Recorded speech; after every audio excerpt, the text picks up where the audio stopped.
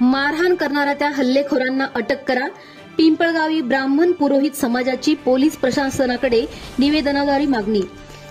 शहर ब्राह्मण सेवा मंडळाचे माजी अध्यक्ष लक्ष्मीकांत जोशी यांच्या घरात घुसून समाजकंटक गौरव व अविनाश आकडे यांनी जोशी यांना मारहाण करीत हल्ला केला आहे. यापूर्वी त्यांच्यावर अनेक गंभीर स्वरूपाचे गुन्हे दाखल असून तरी त्यांच्यावर कायदेशीर कार्यवाही करून त्यांना तात्काळ अटक करण्याची मागणी ब्राह्मण व पुरोहित समाजाच्या वतीने पिंपळगाव पोलीस स्टेशनचे निरीक्षक दुर्गेश तिवारी यांच्याकडे निवेदनाद्वारे केली आहे.